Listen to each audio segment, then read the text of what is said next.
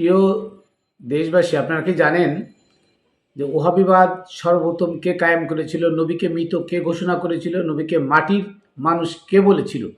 এবং হাজ্জাজ বিন ইউসুফের এই জের জবর দিয়া, জের জবর পেশ এবং কমা, দাড়ি, প্রশ্ন চিহ্নবোধক শব্দগুলো এই চিহ্নগুলো উঠাই দেওয়ার পরেই শুরু হয় কোরআনের অর্থের বিভিন্ন ধরনের পরিবর্তন। আসুন জানি যে কোরআনের এই সমস্ত শব্দ উঠাই দিয়ে কোরআনের অপব্যাখ্যায় নবীকে কিভাবে ছোট করা হয়েছে।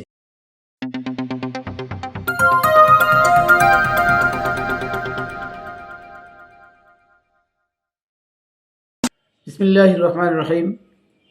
প্রিয় তরিকার বন্ধুরা, দেশ ও বিদেশে যে যেখানে আছেন, সকলকে জানাই খাতুনে জান্নাত টিভি ইউটিউব চ্যানেল ও ফেসবুক পেজের পক্ষ থেকে আমি মাইনুল কবির শুভেচ্ছা অভিনন্দন।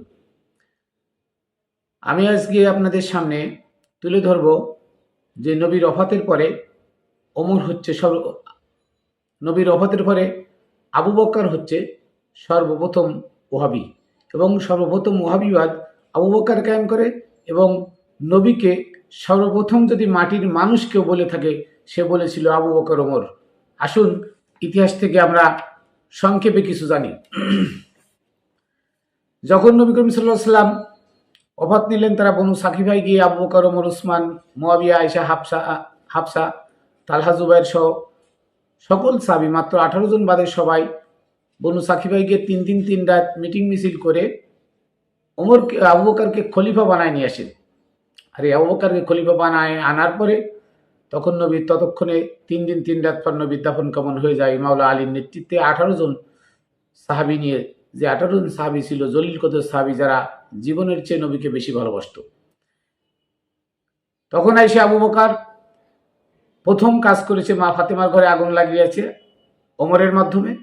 মা ফাতেমার গলে থাপ্পড় মারে আলীকে কোমরে দড়ি বেঁধে আবু বকরের কাছে বায়াতের জন্য নিয়ে আসে।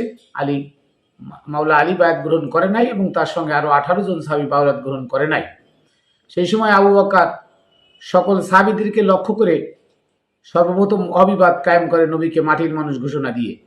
তখন আবু বকর বলে, যারা মুহাম্মাদের পূজা করো তারা জানিয়ে রাখো মুহাম্মদ মরিয়া গিয়াছে, নাউজুবিল্লাহ। যারা আল্লাহর পূজা করো তারা জানিয়ে রাখো আল্লাহ মরেন নাই। আল্লাহ চিরঞ্জীব, যেখানে কোরআন বলিতেছেন আল আউলিয়াউ লা ইয়ামুতু, ওলিরা মরে না, সেখানে নবীকে মৃত ঘোষণা দিল সর্বপ্রথম আবু বকর। এই বক্কার, ওমর, উসমান এরাই কি করছে? নবীর ইসলামটাকে নিজ হাতে ধ্বংস করেছে। আর আজ সমাজে তাদেরকে বলা হয় সিদ্দিকে আকবর, ফারুকে আজম, ওসমান জিন্নুরাইন, আমিরুল মুমিনিন, মুয়াবিয়া, নাউজুবিল্লাহ, আস্তাগফিরুল্লাহ। এই ছিল তাদের হীনমন্যতা। এবং দেখেন যে ওলিরা মরে না, সেখানে আবু বকর মুহাম্মদ সাল্লাল্লাহু আলাইহি ওয়াসাল্লামকে মৃত ঘোষণা করলেন। আবু বকর মুহাম্মদ সাল্লাল্লাহু আলাইহি ওয়াসাল্লামকে মৃত ঘোষণা করলেন, মুহাম্মদ সাল্লাল্লাহু আলাইহি ওয়াসাল্লাম মরে গেছে, আজ থেকে কেউ মুহাম্মাদের পুজো করবে না, আজ থেকে তোমরা আল্লাহর পুজো করবে। আল্লাহ মরে না, আল্লাহর পুজো করবে। তাই সর্বপ্রথম ওহাবিবাদ কে কায়েম করেছিল? সর্বপ্রথম এই খোলাফায়ে রাশিদিন, যাদেরকে বলা হয় সেই প্রথম খলিফা আবু বকর, ওমর, উসমান, এরাই এই নবীকে মাটির তৈরি ঘোষণা দিয়ে ওহাবিবাদ তারাই কায়েম করেছিল।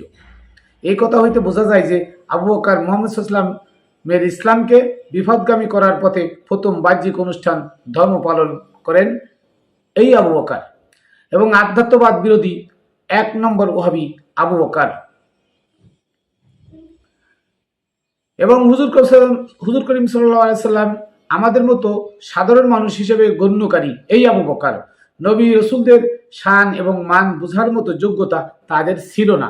তাই তারা এই সমস্ত দুনিয়ার লোভে পড়ে, কানা হয়ে, অন্ধ হয়ে এই সমস্ত কথা তারা বলে। ক্ষুধার্ত লুটেরা আরব জাতিকে সঙ্গে লইয়া আবু বকর এবং ওমর রোমান এবং ফারস্য সাম্রাজ্য দখল করিয়া আরব সাম্রাজ্যবাদ প্রতিষ্ঠা করে সর্বপ্রথম এই আবু বকরের নেতৃত্বে। জ্ঞান জগৎ তারা জ্ঞান জগতে এতখানি মূর্খ ছিল, এতখানি দুর্বল ছিল, এতখানি অজ্ঞ ছিল যে তারা কি করে তার প্রমাণ হইল যে প্রথম তারা পারস্য জয় করার পরে মিশর জয়ের পরে ওমরের নির্দেশে আলেকজান্দ্রিয়া লাইব্রেরি ধ্বংস করা হয়, আগুন জ্বালিয়ে পুড়ায় দেওয়া হয়। আর এই লাইব্রেরিতে ছিল বিশ্বের সুপ্রাচীন ইতিহাস এবং জ্ঞান বিজ্ঞানের বহু পুস্তক সংরক্ষিত ছিল এই আলেকজান্দ্রিয়া লাইব্রেরিতে। সেই লাইব্রেরি ওমর আগুন লাগিয়ে পুড়িয়ে দেয়। তারা কত মূর্খ ছিল, কত অজ্ঞ ছিল। আজকে ওমরের কথায় নাকি মিশরের নীল নদে পানি আসে, নাউজুবিল্লাহ। ওমরের কথায় নাকি আল্লাহ তাআলা কুরআন নাজিল করে, নাউজুবিল্লাহ। এবং এরপরে আসেন এজিদের মৃত্যুর পরে মারওয়ানের নেতৃত্বে ক্ষমতা আসে, মানে মারওয়ানের কাছে ক্ষমতা আসে, এবং এই ক্ষমতা বেশিরভাগ কুক্ষিগত হয়ে যায়। তখন তারা হেজাজ, মানে মক্কা মদিনা, মানে আরব কান্ট্রি তারা দখলে রাখে, এবং এই আরব কান্ট্রি দখলে রাখার পরে সর্বপ্রথম কোরআনে আরবিরা আরবি ফলে সেখানে জের জবর পেশের দরকার হয় না, এবং সেখানে আপনার আমরা জানেন যেমন বাংলায় দাড়ি কমা জিজ্ঞাসা চিহ্ন আছে, এমন কোরআনের মধ্যেও দাড়ি কমা জিজ্ঞাসা চিহ্ন আছে। এই দাড়ি কমা জিজ্ঞাসা চিহ্নগুলো সর্বপ্রথম সূক্ষ্ম ব্রেনে এই হাজ্জাজ বিন ইউসুফ উঠায় দেয়, জের জবর দেয়, মাঝখানে দাড়ি কমাগুলো উঠায় দেয়, জিজ্ঞাসা চিহ্নগুলো উঠাই দিয়ে কোরআনকে পরিবর্ধন এমনভাবে করছে যেন মানুষ কোরআনের আসল সত্যটা না বুঝতে পারে। এবং তাদের উদ্দেশ্য লক্ষ্য ছিল যে মোহাম্মদ কুরাইশ বংশের এই মোহাম্মদকে ধ্বংস করা, মোহাম্মদের অস্তিত্বকে বিলীন করে দেওয়া, মোহাম্মদ সাধারণ একজন মানুষ, এইটাই তার প্রচার করা। কারণ আবু বকরই তো সর্বপ্রথম প্রচার করলো যে মোহাম্মদ মরে গেছে, আজ থেকে মোহাম্মদের পুজো নয়, আজ থেকে পুজো হবে কার? আল্লাহর। কে বলেছে? আবু বকর সর্বপ্রথম। তারিখে তাবারি আপনারা পড়বেন, বহুত কিতাবে আছে এই কথাগুলো। আচ্ছা যাক, এবার দেখেন হাজ্জাজ বিন ইউসুফ কি করলো। আজকে সারা দুনিয়ার ওহাবি খারিজি কমিরা কি করে জানেন? বলে আনা বাশারুম মিসলুকুম ইউহা ইলাইয়া। এই একটা আয়াতের ব্যাখ্যা আমি আপনাদেরকে দিই। আপনারা জানেন যে আমরা যদি কোথাও ওয়ালে লাগানো দেখি, কি ওয়ালে লেখা থাকে না যে এখানে পেশাব করিবেন না, একটা কমা থাকে, করিলে 50 টাকা জরিমানা। এখন কমাটা উঠায় যদি এখানে পেশাব করিবেন এরপরে দেন, অথবা কমাটা উঠায় ফেলান, তাহলে কেউ যদি পড়ে এখানে পেশাব করিবেন না করিলে 50 টাকা জরিমানা, তাহলে এটা কি সত্য হবে না? এটা যেমন সত্য, মানে কমাটা উঠায় ফেললে ইতিবাচক জিনিসটা নেতিবাচক হয়ে যায়, বা নেতিবাচক জিনিসটা ইতিবাচক হয়ে যায়। আমি কাউকে জিজ্ঞেস করলাম তুমি কি ভাত খেয়েছো, প্রশ্নবোধক চিহ্ন দিয়ে, আচ্ছা প্রশ্নবোধক চিহ্ন দেওয়ার পরে উঠায় ফেললে কি হয়? তুমি ভাত খেয়েছো। আমি তাকে জিজ্ঞেস করবো তুমি ক্ষুধার্ত কিনা, মানে ভাত খেয়েছো কিনা, সেখানে প্রশ্নবোধক চিহ্নটা যেমন উঠাই দিলে কি হয়? তুমি ভাত খেয়েছো। তার মানে আমি তাকে জিজ্ঞেস করার জায়গায় তাকে বললাম তুমি ভাত খেয়েছো।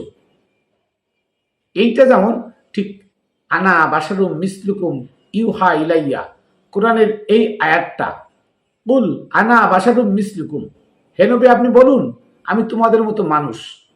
হ্যাঁ, ইউহা ইলাইয়া, আমার পরে ওহী নাযিল হয়, এখন আছে। কিন্তু এটা ছিল কি? এটা ছিল হচ্ছে কুল আনা বাশারুম মিসলুকুম, হে নবী আপনি বলুন আমি কি তোমাদের মতো মানুষ।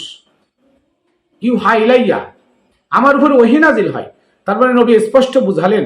কাফেররা বলতো যে মোহাম্মদ তো আমাদের মতো মানুষ, সে নবী হয় কি করে? মোহাম্মদ আমাদের মতো মানুষ, সে নবী হয় কি করে? সে কখনো নবী হতে পারে না। এই কথার উত্তরে আল্লাহ বলছিলেন কুল আনা বাশারুম মিসলুকুম, প্রশ্নবোধক চিহ্ন ছিল আনা বাশারুম মিসলুকুম, আমি কি তোমাদের মতো মানুষ। তার মানে আল্লাহ নবী বুঝালেন যে আমি তোমাদের মতো মানুষ নই, ইউহা ইলাইয়া, আমার উপরে ওহী নাযিল হয়। তার মানে নবী যদি আমাদের মতো মানুষ হইতো, তার উপরে কি ওহী নাযিল হইতো না? আসুন, নবী যদি আমাদের মতো মানুষ হইতো, তাহলে নবী হেঁটে গেলে মেঘে তারপরে ছায়া দিত, আমাদেরকে তো ছায়া দেয় না। তার মানে নবী আমাদের মতো মানুষ নয়। নবী যদি আমাদের মতো মানুষ হইতো, সূর্যের প্রখর তাপ তার উপরে শান্তিদায়ক ঠান্ডা হয়ে যেতেন, তাহলে নবী কি আমাদের মতো মানুষ? আমরা যে রোদে চলি, কই রোদেতে ঘাম ছুটে যায়, নবীর গা দিয়ে তো কখনো ঘাম বেরোয় নাই। কেন? নবী আমাদের মতো মানুষ নয়। নবী যদি আমাদের মতো মানুষ হইতো, তাহলে তিনি পশু হত্যা জীবনে করেন নাই। আমরা পশু হত্যা করি, তিনি কেন পশু হত্যা করলেন না? কারণ নবী আমাদের মতো মানুষ নয়, তিনি রহমতুল্লিল আলামিন, বিশ্ব জগতের যত পশু আছে, জীব জানোয়ার যা আছে, সবাই রহমতের দাবিদার নবীর কাছে। নবী হচ্ছে রহমতের বড় ভান্ডার। অতএব তাই তিনি কখনো কোনোদিন পশু হত্যা করেন নাই। নবী যদি আমাদের মতো মানুষ হইতো, তাহলে এই নবীকে না সৃষ্টি করলে সারা জাহান আল্লাহ সৃষ্টি করতেন না। তাহলে তার মানে নবী আমাদের মতো মানুষ নয়। নবী যদি আমাদের মতো মানুষ হইতো, তাহলে আমরা মিথ্যা কথা বলি, নবী জিন্দেগিতে মিথ্যা কথা বলেন নাই, তাহলে নবী আমাদের মতো মানুষ নয়। নবী যদি আমাদের মতো মানুষ হইতো, তাহলে পবিত্র আল কুরআন নবীর উপরে নাজিল হয়েছে, আমাদের উপরও হয় নাই, তার মানে আমরা আমাদের মতো মানুষ নবী নন। নবী যদি আমাদের মতো মানুষ হইত, তো নবী যখন এই ধরাধামে আসছেন, এই ধরাধামে যখন নবী আসছেন, তাহলে নবী কেন কাপড় পরিহিত অবস্থায় আসলেন? তার ইজ্জত কেউ দেখে নাই। এবং মারপেট থেকে আমরা পড়লে রক্ত পানি মিক্সড হয়ে আমরা আসি দুনিয়াতে, আমাদের গোসল করানো লাগে। আমার নবীকে গোসল করানো হয় নাই, গোসল করানো লাগে নাই। নিষ্কম্বারের মতো তার শরীর থেকে সুঘ্রাণ বেরোচ্ছে, তার মানে নবী আমাদের মতো মানুষ নন। নবী যদি আমাদের মতো মানুষ হইতেন, তাহলে তাইফের ময়দানে মাইর খেয়ে রক্তে রঞ্জিত হয়ে গেছিল মাটি, তবু নবী বদদুয়া করেন নাই। আর আমাদের গালে একটা থাপ্পড় মারলে আমরা তাকে 5টা থাপ্পড় মারি, ইভেন তার হাতটা কেটে ফেলি, তার মানে নবী আমাদের মতো মানুষ নাই। এই জন্য আল্লাহ বলছেন, কুল আনা বাশারুম মিসলুকুম, আমি কি তোমাদের মতো মানুষ? ইউহা ইলাইয়া, আমার উপরে ওহী নাজিল হয়, তোমাদের উপরে ওহী নাজিল হয় না। তার মানে নবী আমাদের মতো মানুষ নয়। নবী যদি আমাদের মতো মানুষ হইতো, তাহলে বনের হরিণ নবীর কাছে নালিশ দিত না। নবী আমাদের মতো মানুষ নয়। নবী যদি আমাদের মতো মানুষ হইতো, তাহলে সারা দুনিয়ায় মানুষ আজকে নবীকে নিয়ে রিসার্চ করে, আপনি আমি আমাকে নিয়ে তো রিসার্চ করে না। তার মানে নবী আমাদের মতো মানুষ নয়। নবী যদি আমাদের মতো মানুষ হইতো, তাহলে ওনার সারা জীবনে পাওয়া যায় না কাউকে একটা ধুমকি দিয়েছেন, এমন ইতিহাস পাওয়া যায় না। অথচ আমরা ধুমকি অ্যাভেলেবেল আমাদের মাঝে আছে। খারাপ ব্যবহার মানুষের সাথে অহরহ করি। নবীর জীবনে কোনোদিন খারাপ ব্যবহার কারোর সাথে করেছেন এমন কোনো নজিরে নাই। তার মানে নবী আমাদের মতো মানুষ নয়। নবী যদি আমাদের মতো মানুষ হইতো, তার প্রত্যেকটা কথা কোরআনের আয়াত হইতো না। অতএব নবী আমাদের মতো মানুষ নয়। নবী যদি আমাদের মতো মানুষ হইতো, তাহলে আপনার এত অপরাধ করার পরে, সাহাবীরা এত অপরাধ করার পরে নবী ধৈর্যের সাথে সহ্য করেছেন, প্রতিবাদ করেন নাই। নবী যদি আমাদের মতো মানুষ হইতো, তাহলে নবী পাকপুত হয়ে আসতেন না। নবী পাকপুত হয়ে আসতেন না। নবী পবিত্র ছিলেন, সাদিকিন ছিলেন, সালেহীন ছিলেন। নবী আমাদের মতো মানুষ নাই। আমরা আল্লাহর কাছে ক্ষমা চাই, নবী ক্ষমা চাই নাই। নবী রসিলা দিয়ে আল্লাহর কাছে ক্ষমা চাইলেন, আল্লাহ গ্রহণ করে। নবী ছাড়া আল্লাহ কোনো ক্ষমা গ্রহণ করেন না। আল্লাহ আমাদেরকে মাফ করেন না। নবী আমাদের মতো মানুষ নয়। নবী ছিলেন নূরের তৈরি, নবী ছিলেন রহমাতুল লিল আলামিন, নবী ছিলেন আমাদের শিক্ষক, নবী ছিলেন আমাদের গাইডলাইন।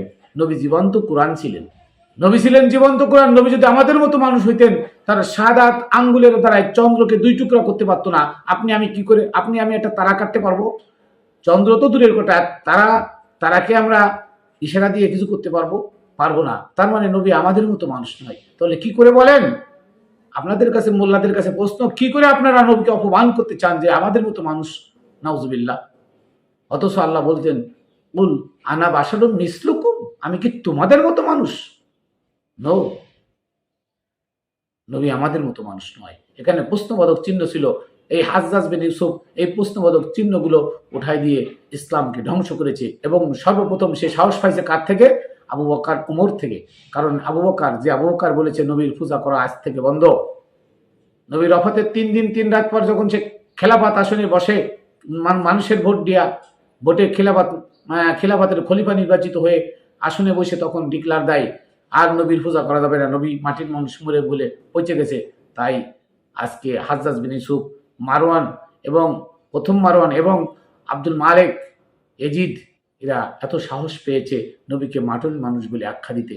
তাই তারা সুকৌশলে কোরআনের মধ্যে এমন জিজ্ঞাসা চিহ্ন, দাড়ি কমা অনেক জায়গায় উঠাই দিয়ে আগের আয়াতকে পরের আয়াতের সঙ্গে মিলিয়ে দিয়েছে, সত্য মিথ্যা যাতে কেউ আর বুঝতে না পারে। যেখানে জিজ্ঞাসা চিহ্ন ছিল সেখানে তারা জিজ্ঞাসা চিহ্ন উঠাই দিয়ে মিলাই দিছে, অতএব এখানে হিসাব করিবেন, না করিলে 50 টাকা জরিমানা।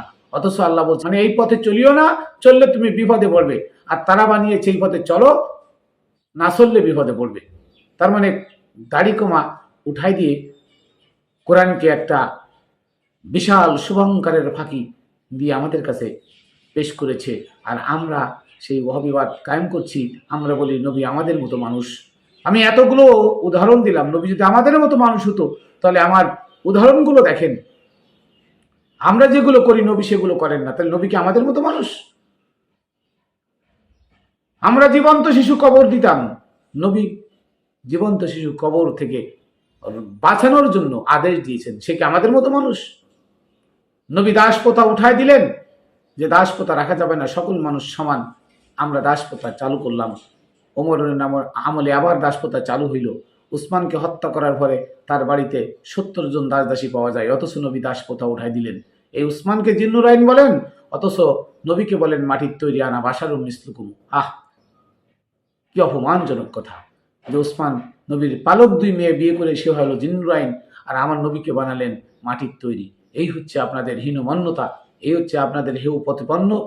নবীর নামে হিংসা বিদ্বেষ, নবীর নামে আপনাদের গা জ্বলে, তাই গাত্রদাহ হয়, তাই আপনারা নবীকে ছোট করার জন্য সর্বক্ষণ কিতাব খোঁজেন, মন গড়া কিতাব লেখেন, জাল হাদিস খোঁজেন নবীকে ছোট করার জন্য। নাউজুবিল্লাহ। আসুন নবীকে ছোট করে নয়, কোরআন বোঝার চেষ্টা করি, কোরআন ইতিহাস আমরা ঘেঁটি এবং দেখি সত্যটা কি। আবু বকর আপনাকে জান্নাতে নিবে না, ওমরও জান্নাতে নিবে না। ওই আয়েশা সিদ্দিকা বলেন, আয়েশা, হাফসা, উমাইয়াদের গ্রুপ, মুয়াবিয়া এবং আব্বাসীয়দের গ্রুপ, এটা আপনাকে পারে নিবে না। পারের কাণ্ডারি একমাত্র আমার নবীজি সাল্লাল্লাহু আলাইহি ওয়াসাল্লাম এবং তার রেখে যাওয়া আহলে বায়াতগণ এবং আহলে বায়াতের সন্তান সন্ততিগণ, তারা হচ্ছেন ইমাম। মাওলা আলী বলেছেন, ইমামত শুধু সৈয়দ বংশ থেকে, মা ফাতেমার বংশ থেকে ইমামিয়াত পৃথিবীর শেষ প্রান্ত পর্যন্ত চালু থাকবে। আর আধ্যাত্মবাদ, যার ভিতরে আল্লাহ প্রদত্ত জ্ঞান আছে, ঐশ্বরিক জ্ঞান, ওই ব্যক্তি হচ্ছে আধ্যাত্মিক। ওই ব্যক্তির আমার দরজায় এসে সে আধ্যাত্ম পায়।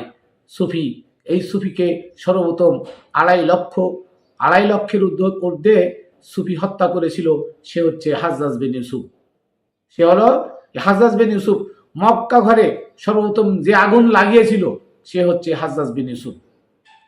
এই হাজ্জাজ বিন ইউসুফ যে কোরআন শরীফের যে জবত লাগিয়েছে, সেই কোরআন শরীফের থেকে দাড়ি কমা প্রশ্নবোধক চিহ্ন উঠিয়ে দিয়ে কোরআনকে হাবদককে নাবদক বানিয়ে দিয়েছে, আর নাবদককে হাবদক বানিয়ে দিয়ে আমাদের সামনে উপস্থাপন করে গেছে এই হাজ্জাজ বিন ইউসুফ মারওয়ানের নেতৃত্বে। এজিদের পরে মারওয়ান ক্ষমতা আসলো এই মারওয়ানের নেতৃত্বে। এই ব্যাপারে আমি আরো তুলে ধরবো পরবর্তী আমার ভিডিওতে। তো এইভাবে ইসলামটাকে ধ্বংস করার জন্য আবু বকর, ওমর, ওসমানী সর্বপ্রথম ইসলামকে ধ্বংস করে নবীর মোহাম্মদ ইসলামকে চির বিদায় ওখান থেকে জানিয়ে দিয়েছে।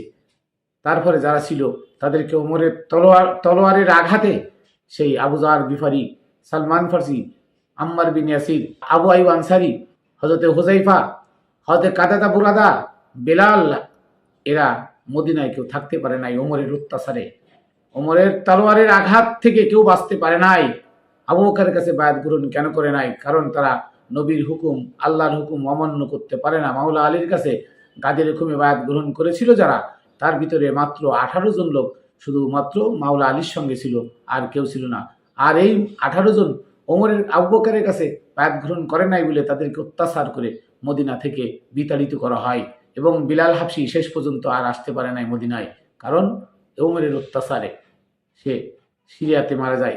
এভাবে আল্লাহর নবীর প্রেমিক যারা ছিল, মাওলা আলীর প্রেমিক যারা ছিল, তাদেরকে সর্বপ্রথম এই ওয়াহাবিজম কায়েম যারা করেছে আবু বকর, ওমর, উসমান, তাদের অত্যাচারে তারা মদিনা ছেড়ে বিভিন্ন দেশে গিয়ে পালিয়ে থাকে এবং তাদের মাধ্যমে তাদের আধ্যাত্মবাদ এবং তাদের ঐশ্বরিক জ্ঞানের মাধ্যমে বিভিন্ন ইহুদি, খ্রিস্টান, নাসারারা দেখে দেখে ইসলাম গ্রহণ করে তাদের মধ্য থেকে সুফিজম কায়েম হয়। এভাবে অনেক সুফির উৎপত্তি হয়। হাজ্জাজ বিন ইউসুফ আসার পরে 2.5 লক্ষ সুফি বাড়ি থেকে ডেকে এনে তাদেরকে হত্যা করে এই হাজ্জাজ বিন ইউসুফ, যে কোরআনের যে জবর লাগিয়েছে। এবং আনা বাশরুম মিসলুকুম, এখানে প্রশ্নবোধক চিহ্নটা যে উঠিয়ে দিয়ে ওহাবিবাদ কায়েম করতে উঠে পড়ে লেগেছিল, সে হচ্ছে হাজ্জাজ বিন ইউসুফ। তবে সর্বপ্রথম ওহাবি বক্কর, যাকে সিদ্দিক আকবর বলেন, এই বক্কর টক্কর লাগিয়ে চক্কর মেরে শয়তানের ডিব্বা আমার নবীকে মৃত মানুষ বলে ঘোষণা দেয় যে মৃত মোহাম্মদ মরে গেছে, মোহাম্মদের পূজা করা যাবে না, আল্লাহ মরে নাই, আল্লাহর পূজা করো। নাউজুবিল্লাহ। এই বক্কর সর্বপ্রথম ওহাবিবাদ কায়েম করে, আর এই বক্করের ওহাবিবাদ আজও চলে সারা দুনিয়া মিলে। তো আসুন আমরা সত্য কোরআন শিখি, সত্য কোরআন খুঁজি। কোরআনের মধ্যে সত্য আছে, কোনো জাল হাদিস নয়, কোনো ওই জাল হাদিস দিয়ে ইতিহাস রচনা করা। আল বিদায়া ওয়ান নিহায়া, রাহিকুল মাকতুম, বিশ্বনবী, বিষাদ সিন্ধু, বিশ্বনবীর জীবনী, এইভাবে যত ইতিহাস আছে সব ইতিহাস তারে নারে সব ইতিহাস ভণ্ডদের লেখা, ভুয়া ওহাবিদের লেখা, মানুষকে বিপদগামী করার জন্য শুধু বক্কর ওমর উসমানকে এবং মুয়াবিয়াকে কি করা, তাদের ইজ্জত মানে কিভাবে বাড়ানো যায়, কারণ তারা যতই লাফালাফি করুক আর এদের গুণ কীর্তন করুক, এদের পাপ এদেরকে ছাড়বে না, এদের পাপ এদেরকে ছাড়বে না, এদের পাপ এদেরকে ধ্বংস করে দুনিয়া থেকে নিছে। আবু বকর কানতে কানতে মরেছে। যদি আমি উমরের কথা না শুনে সেদিন মাওলা আলীর বায়াত বহাল রাখতাম, তাহলে আজকে আমাকে জাহান্নামে যেতে হতো না। এটা আবু বকর কানতে কানতে মরেছে, এগুলো পড়ে দেখে এরাও হাদিসে আছে। ওমরও তাই, ওমরও বারবার বলেছে নবীর দরজা কি আর খোলা হবে না? আবু যার গিফারি বলেছে না ওমর, নবী যে দরজা বন্ধ করে দেয় সে দরজা আর খোলা হবে না। দেখেন আপনারা, পড়ে দেখেন, এগুলো অনেক হাদিস আছে। তো যাই হোক, আমি আমার সালাম ও ভক্তি চুম্বন সব আমার আকে নামদার তাজেদার মদিনা মোহাম্মদ মুস্তফা সাল্লাল্লাহু আলাইহি সাল্লামের পাক কদমে প্রেরণ করিলাম, আহলে বায়াতের পাক কদমে প্রেরণ করি, এবং আমার মুর্শিদ মানিক খান শাহ রহমতুল্লাহ আলাইহির পাক কদমে এবং পাগলমলা দরবারের গদিনী শিল্পীর সাগরচানের দরবারে পদচরণে আমি আমার ভক্তি চুম্বন রেখে আমি খাতুনে জান্নাত ইউটিউব চ্যানেল, ফেসবুক পেজ ও ইউটিউব চ্যানেল ও ফেসবুক পেজের পক্ষ থেকে সকলকে সাদর আমন্ত্রণ জানিয়ে সত্য কথাটা সুন্দরভাবে মানুষের কাছে পৌঁছাই। আপনারা এটা শেয়ার করবেন, সাবস্ক্রাইব করবেন, ফলো দিবেন, যাতে আমার প্রত্যেকটা কথা আপনারা পেয়ে যান, সত্য কথা। এই সত্য কথাগুলো পেয়ে যান, এর জন্য আমি আপনাদের কাছে অনুরোধ করব, চ্যানেলটা সাবস্ক্রাইব করবেন। এবং আমার যে কথাগুলো আজকে বলেছি, এই কথাগুলো তারিখে তাবারিতে আছে, বিহারুল আনোয়ারে আছে, এগুলো আল ইজালাতুল খুলাফাতে আছে, এগুলো অনেক বইতে আছে। এবং আমাদের বাংলাদেশের আল্লামা সদরুদ্দিন আহমেদ সিসি রহমতুল্লাহ আলাইয়ের লেখা বই থেকেও আমি এই কথাগুলো নিয়েছি। বইটির নাম হলো, আমি আপনাদেরকে দেখাই, বইটির নাম হলো সকল ধর্ম ইসলাম। এই বই থেকে আমি কিছু দলিল নিয়েছি। আপনারা আশা করি সবাই বুঝতে পেরেছেন। তো আমি আমার ভুল ত্রুটি ক্ষমা চেয়ে আমার সংক্ষিপ্ত বক্তব্য এখানে শেষ করছি। ওমা তৌফিক ইল্লা বিল্লাহ। আসসালামু আলাইকুম ওয়া রাহমাতুল্লাহ। আবার দেখা হবে পরবর্তী ভিডিওতে।